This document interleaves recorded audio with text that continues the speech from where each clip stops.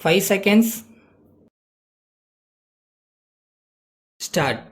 மாண்புமிகு பேரவை தலைவர் அவர்களே, மேதகு ஆளுநர் அவர்கள் ஆற்றிய உரைக்கு நன்றி தெரிவிக்கின்ற தீர்மானத்தின் மீதான விவாதத்தில் பங்கு கொள்ள அனுமதி வழங்கிய தங்களுக்கு முதற்கண் என்னுடைய நன்றியை தெரிவித்துக் கொள்கிறேன். ஆளுநர் அவர்கள் ஆற்றிய உரையில் மிக சிறப்புக்குரிய பல்வேறு செய்திகள் சொல்லப்பட்டிருக்கின்றன.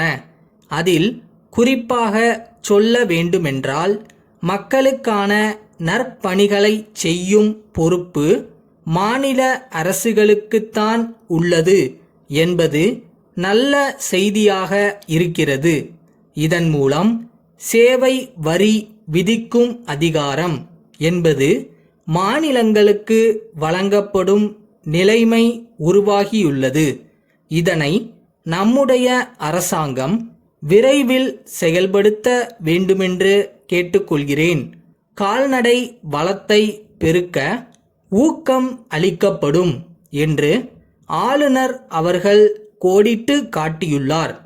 வேளாண்மை தொழிலில் நவீன கருவிகளின் வருகையால் கால்நடைகளின் எண்ணிக்கை குறைந்து வருவதை நாம் அறிவோம். எனவே அரசின் இந்த அறிவிப்பு கிராமப்புற மக்களின் வாழ்க்கையில் மறுமலர்ச்சியை ஏற்படுத்தும் என்பதில் ஐயமில்லை.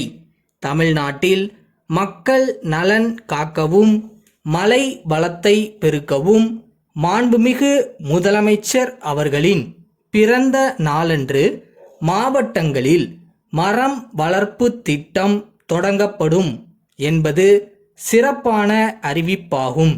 ஒவ்வொரு மாவட்டமும் இதன் மூலம் பயன்பெற வாய்ப்பு உள்ளது.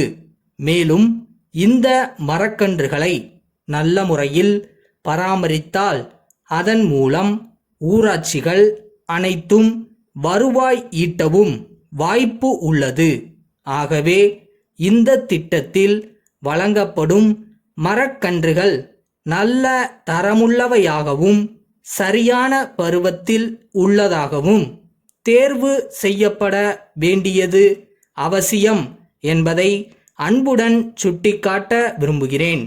தொழிற்சாலைகளின் இரசாயன கழிவுகளால் நிலத்தடி நீர் பாதிக்கப்படுவது குறித்து சமூக நல ஆர்வலர்கள் பலரும் தங்கள் கவலையை அவ்வப்போது தெரிவித்து வருகிறார்கள். அவர்களின் கருத்துக்கள் மக்கள் மத்தியில் பெருமளவுக்கு ஆதரவை பெற்று வருவதை நம்மால் உணர முடிகிறது. சுற்றுச்சூழலை பெரிதும் பாதிக்கும் தோல் பதனிடும் நிலையங்கள் மற்றும் சாயப்பட்டறைகளை காலத்திற்கேற்றவாறு நம்முடைய மாநிலத்தில் மூடிவிடலாம் என்று சொல்கிறார்கள். அது சரியா தவறா என்று நான் விவாதிக்க விரும்பவில்லை. ஆயினும் இது குறித்து நாம் கட்சி வேறுபாடின்றி கலந்தாலோசிக்க வேண்டியது மிகவும் அவசியம் என்பதை இந்த சந்தர்ப்பத்தில் நான் வலியுறுத்த விரும்புகிறேன். இத்தகைய தொழில்களில் ஈடுபட்டுள்ள தொழிலாளர்களுக்கு மாற்று வேலைவாய்ப்புகளை நாம் எளிதாக உருவாக்கித் தரலாம் என்று சொல்லப்படுவது நம்பிக்கை அளிப்பதாக உள்ளது. எனவே கூடிய சீக்கிரம் இந்த பிரச்சனையில் விருப்பு வெறுப்பு எதுவுமின்றி மக்கள் விரும்பும் வகையில் ஒரு சிறப்பான முடிவை எடுக்க அரசு முன்வர வேண்டுமென்று கேட்டுக்கொள்கிறேன். நோயற்ற வாழ்வே குறைவற்ற செல்வம் என்று பெரியவர்கள் சொல்லி இருக்கிறார்கள். ஆகவே இயற்கை உணவு முறைகள் பற்றிய நூல்கள் அதிக அளவில் வெளிவருவது அவசியம் என்பதை குறிப்பிட்டு அமர்கின்றேன். திருநெல்வேலி பாண்டியன் கூட்டமைப்பின் மேலாளர் சிதம்பரம் மேற்கு வீதி ராமன் அவர்களுக்கு எழுதிய கடிதம். அன்புடையீர், தங்களுடைய கடிதம் கிடைக்கப் பெற்றோம். குறைந்த முதலீட்டில் காகிதம் தயாரிக்கும் தொழிற்சாலையை அமைக்கும் ஆர்வத்தை தெரிவித்து கடிதம் எழுதியிருக்கிறீர்கள்.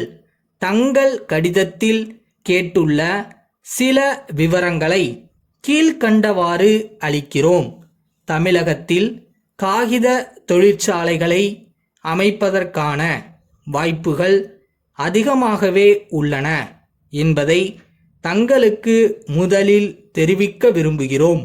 மேலும் இதற்கு தேவையான தெளிவான விவரங்கள் அடங்கிய திட்ட அறிக்கைகளும் எங்களிடம் உள்ளன.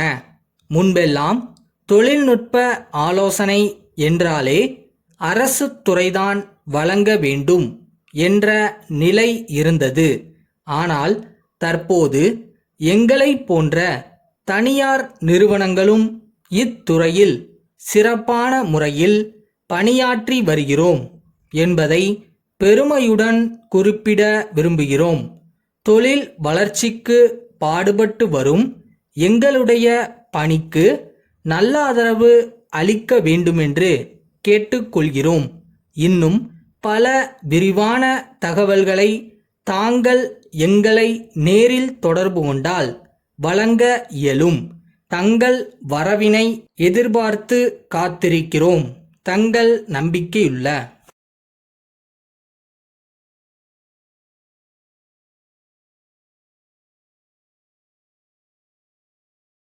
யாருமே நம்பலைனாலும் நாம நம்மளை நம்பணும். அட் த சேம் டைம் சின்சியராக நமக்கான வேலையும் பார்க்கணும். ஒரு நாள் கண்டிப்பாக நடக்கும்.